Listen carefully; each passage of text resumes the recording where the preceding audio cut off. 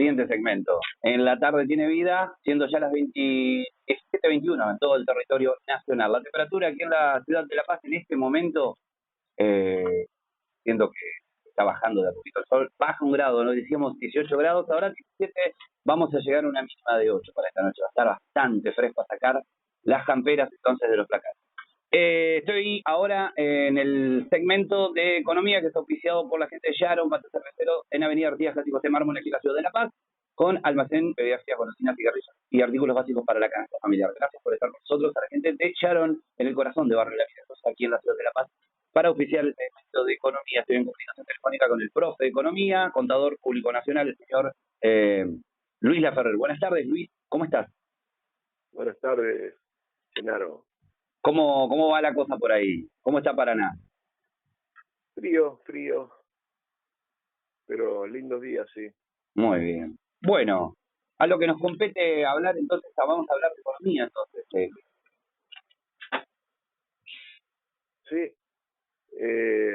yo creo que era interesante hablar de lo que llamamos el sector externo de la economía, que tiene mucho que ver el tema del dólar y, bueno, lo que estamos pasando en Argentina, si te parece, podemos hablar de eso. Sí, exacto. Eso de que se habla, ¿no?, de economía dolarizada, ¿qué quiere decir? Y mira, yo primero siempre trato de ponerlo en contexto. La Argentina es un país que es parte de un orden mundial que organiza a todos los países de un sistema social, que es el capitalismo, ¿no es cierto? Ahí estamos prácticamente casi todos los países del mundo.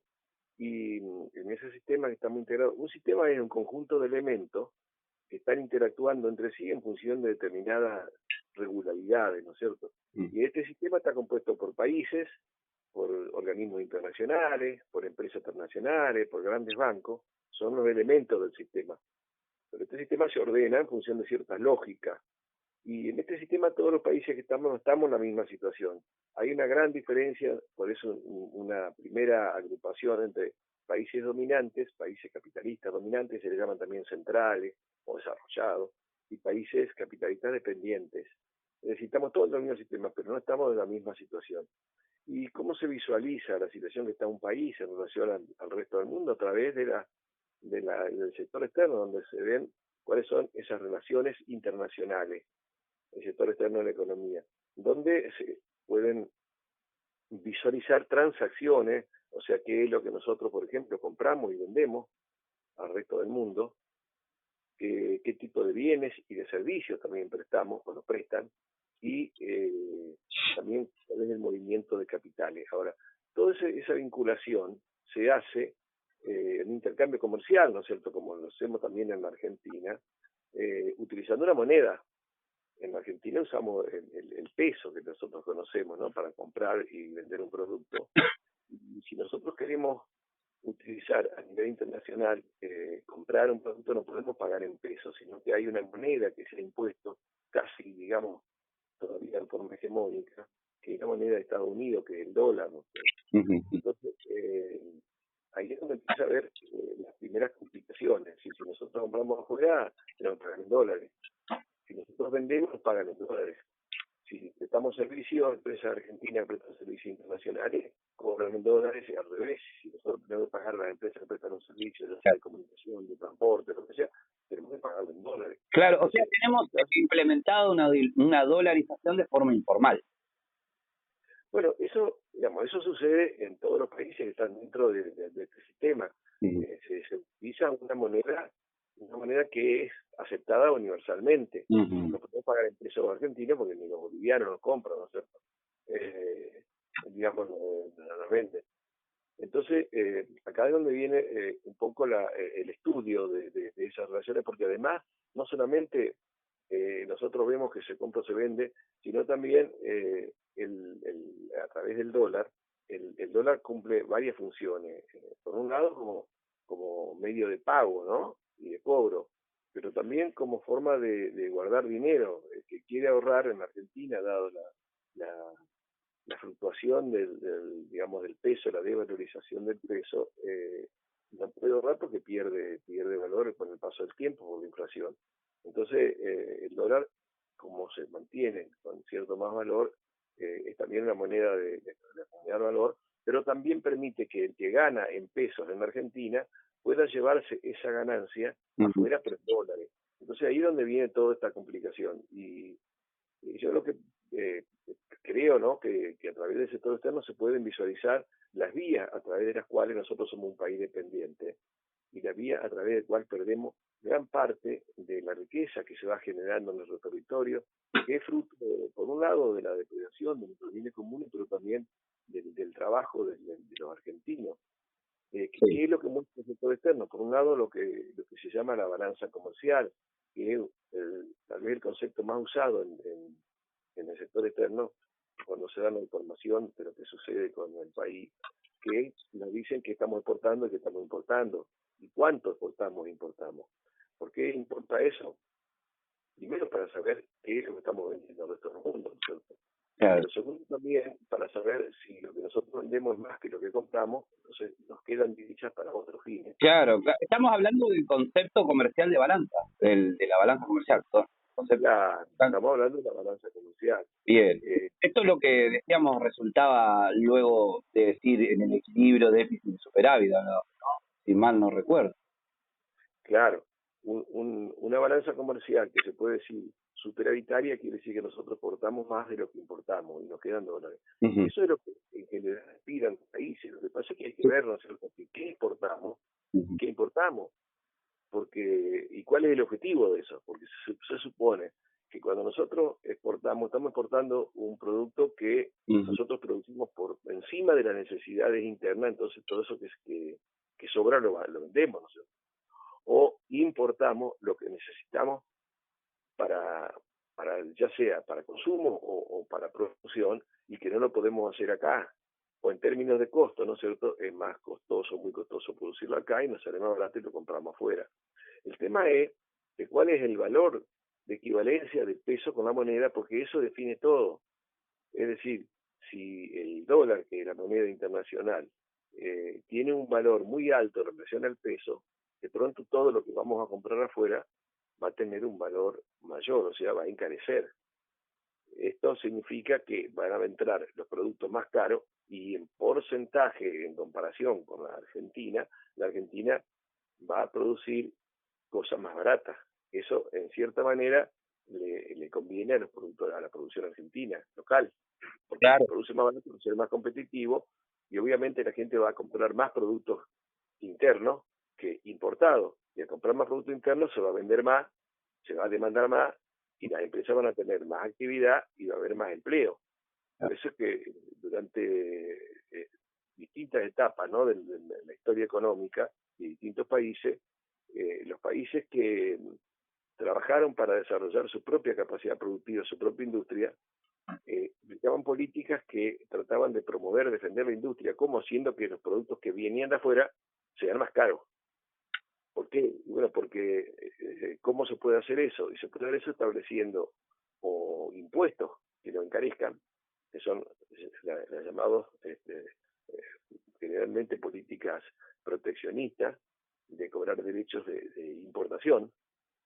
Entonces, al cobrar un derecho de importación, el producto que entra sale más caro. Y de esa manera se protege la industria nacional y el trabajo nacional. Pero también se puede hacer con el manejo del valor del dólar.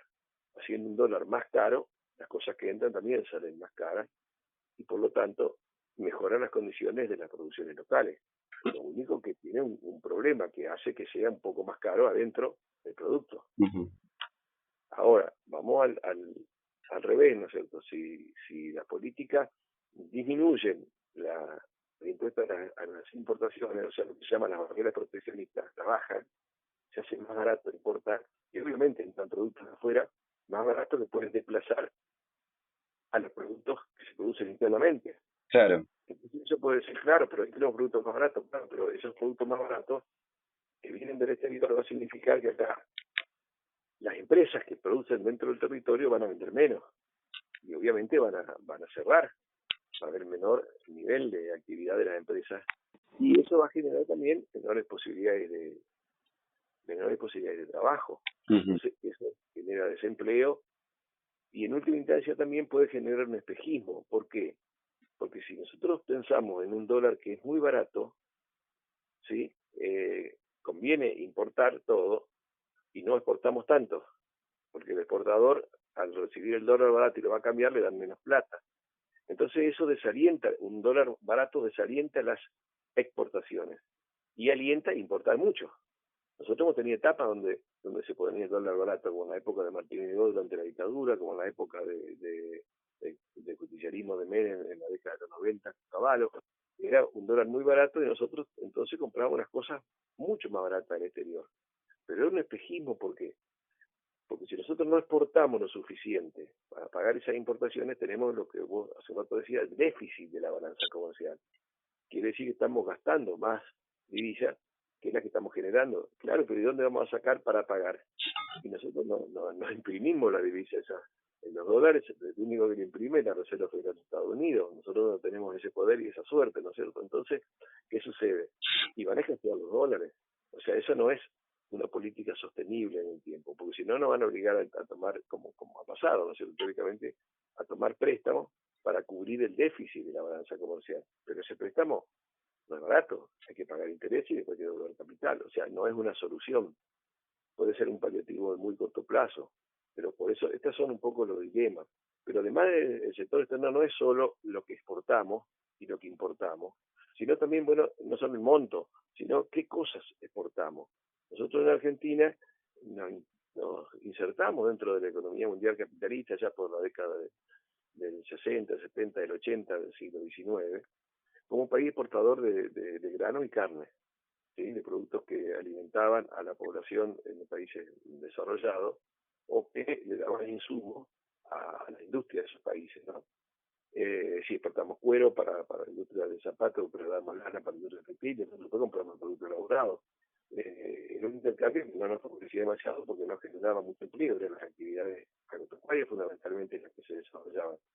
Después desarrollamos la industria, una serie de circunstancias históricas que se dieron en el mundial, la guerra mundial, la crisis 30, y pudimos desarrollar la industria y empezamos a producir nosotros productos industriales para nuestro propio consumo. Eso es el proceso donde se sustituían las importaciones, industrialización, producción de importaciones. El problema es que en la medida que nosotros pudimos avanzar, íbamos bien, íbamos teniendo una sociedad con mayor cantidad de empleo, de desarrollo tecnológico, de desarrollo en el tema educativo y cultural, se podía brindar mejores condiciones de vida para todos. Los países desarrollados lograron ser desarrollados porque hacían política proteccionista, para proteger primero su industria, y como el caso de los Estados Unidos y de Norteamérica, como el caso de Alemania, como el caso de Japón, para poder competir después mejores condiciones. Esas políticas proteccionistas, bueno, fueron criticadas por esos mismos países cuando lo aplicábamos nosotros, ¿no? Entonces, bueno, hay todo un tema que exportamos. Nosotros, el modelo económico social actual, que es una etapa histórica que empezamos a vivir a fines de los 90 y después del despegue de 2002, 2003 en adelante, nos fuimos especializando, o sea, los sectores más importantes para las políticas públicas, ¿no? Los sectores privilegiados eran los que se especializaban en productos primarios, pero no una gran variedad, sino fundamentalmente la monoproducción de transgénicos, que tiene como destino fundamental las exportaciones, con una sobreexplotación del suelo fértil y con una pérdida de la fertilidad del suelo, además de la contaminación, en la sobreexplotación de los recursos petroleros y gasíferos, es decir, hidrocarburos, a través de métodos que son totalmente contaminantes, como el fracking, donde nosotros empezamos a sacar y a agotar reservas para poder exportar. Y el tema de la megaminería a cielo abierto, que es otra forma de explotar recursos de una manera, bueno, muy bestial, porque se vuela en montaña, se utiliza cianuro para después separar esos minerales y se contaminan las fuentes de origen, digamos, de los ríos que riegan parte del territorio. Entonces nosotros nos especializamos en esos sectores y son lo que constituyen el grueso de las exportaciones argentinas.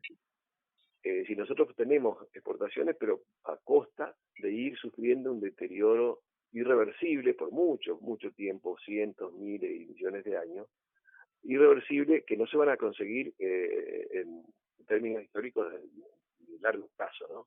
Entonces estamos perdiendo esos suelos, estamos perdiendo fertilidad, estamos perdiendo riqueza y estamos contaminando el ambiente. Eso es lo que exportamos, eso es lo que es una balanza comercial.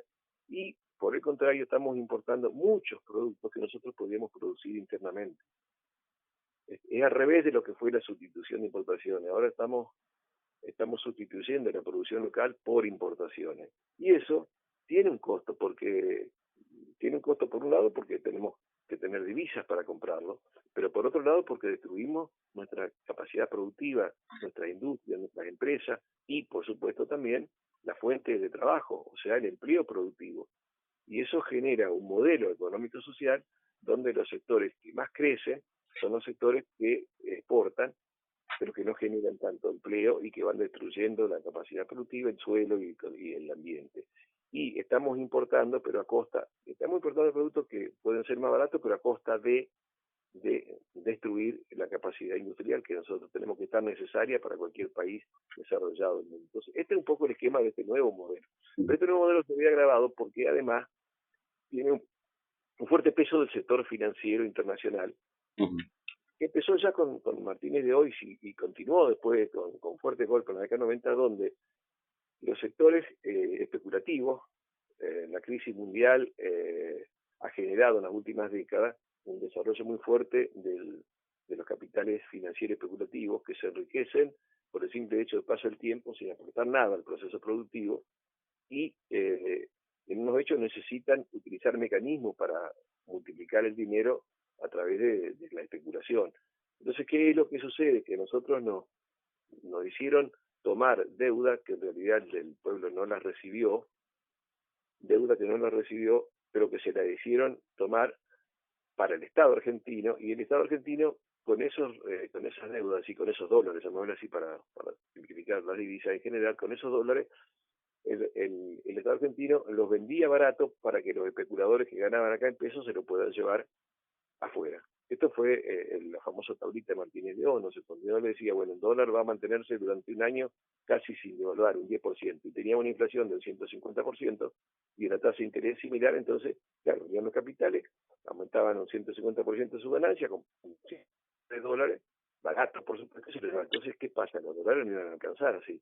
Y como no alcanzaban, entonces el Estado se iba endeudando para garantizarle a los especuladores que se lleven eso. El tema es que eso fue dejando una herencia de una deuda que después se investigó judicialmente, se demostró que era fraudulenta y por todo lo que sea, pero sin embargo ya lo llevamos pagando más de 10 veces y cada vez debemos más, y es uno de los principales condicionantes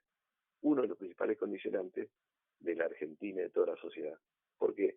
Porque esa deuda que empezó siendo de 7.500 millones al inicio de la dictadura, hoy son 480.000 millones. O sea, fíjense el salto que pagó.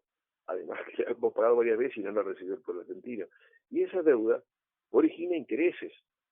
Y como se le hacen pagar al Estado, eso periódicamente, lo hizo también en la década 90 con el oficialismo, después con el gobierno de la Alianza, después siguió con toda la década del siglo XXI, siguió el mismo manejo. Se mantienen dólar barato, tasas de interés altas, se invierte, se gana en pesos y se llevan los dólares multiplicados. Eso como no alcanza para abastecer en dólares a los especuladores, porque la exportación no alcanza para todo, entonces el Estado se va endeudando. Y se endeudando el Estado cada vez tiene que pagar más intereses y eso es un poco lo que desequilibra también las finanzas públicas. Entonces esto es un problema que se puede visualizar analizando esto que yo digo, el sector externo de la economía. ¿Por qué? Porque hoy estamos pasando por situaciones cíclicas. De pronto se mantiene el dólar barato, tasas de interés más altas, se hace lo que se llama la bicicleta financiera, porque el tren, como le dicen ahora, me parece más de lujo el nombre, y los especuladores ganan simplemente trayendo la plata, poniéndola y cruzándose de brazos y llevándosela afuera. Ahora llega un momento que los dólares no alcanzan. ¿Y qué es lo que está pasando ahora?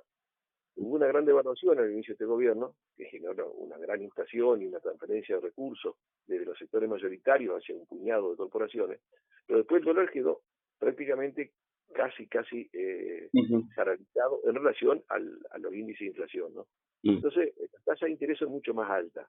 Entonces, ¿qué hacen? Bueno, hacen el mismo manejo, ¿no es cierto? Vienen, depositan interés, ganan en pesos, se compran dólares baratos y se los llevan. Y lo que está sucediendo ahora es que los dólares ya no alcanzan. Las reservas, a pesar de que nosotros hemos tenido en el año 2024 circunstancias favorables para que entren para los dólares, ¿no? Porque por un lado entraron dólares por lo que se llamó el blanqueo de capitales, Por otro lado, hubo muchos dólares que se sacaron debajo del colchón porque la clase media fue muy afectada por las políticas económicas, tuvo que desahorrar, pero eso no alcanzó. Y así todo el Estado tuvo que endeudarse más para traer dólares para que se siga con esta calecita. El tema es que ya no da más. Entonces ahora desesperadamente se buscan más dólares. ¿En dónde? En el Fondo Monetario. Y el Fondo Monetario ya tuvo la experiencia del gobierno de Macri, que le prestó más de 40.000 millones de dólares y se los fugaron en cuestión de días. Eh, entonces, ¿qué pasa? Esos dólares para los especuladores, no para que se los lleven. Pero después, ¿quién carga con todo eso? Carga el Estado. Del Estado. El Estado dice, bueno, ahora nos dicen, tiene que pagar, hagan ajustes, tiene que pagar, claro, pero ¿quién lo paga? Los que se fugaron, los que hicieron el gran negocio. No, hay que pagarlo con el esfuerzo, el sacrificio de la gran mayoría. Sí, Entonces, siempre los golpes que dan las políticas de ajuste siempre sobre, que no tienen nada que ver, ¿no? Lo que terminamos siempre comentando, ¿no? Termina pagando los platos rotos siempre el pueblo. Luis, me tengo que ir a una pausa entonces. Gracias por la comunicación y por el tiempo. Y bueno, nos encontramos la semana que viene nuevamente para seguir charlando de este tema. ¿Cómo no? Genaro, un abrazo, muchas gracias. Por favor, es un honor siempre tenerlo con nosotros a Luis Laferrier. Vamos a una breve